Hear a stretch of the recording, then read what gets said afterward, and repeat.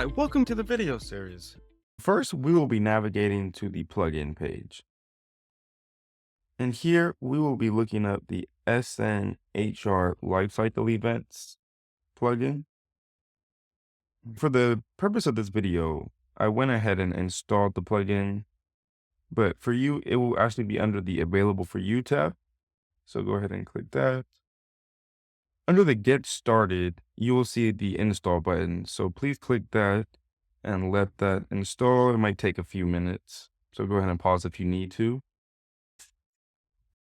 Something that will be installed with this plugin is the HR Core app.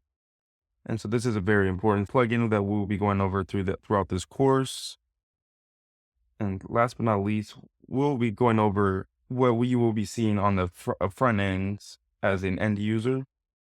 And as you can see here, the 3 activity sets, pre-boarding, day 1, week 1, along with seeing a task. This is something that we'll be creating throughout this course, so please stay tuned and I will see you in the next video.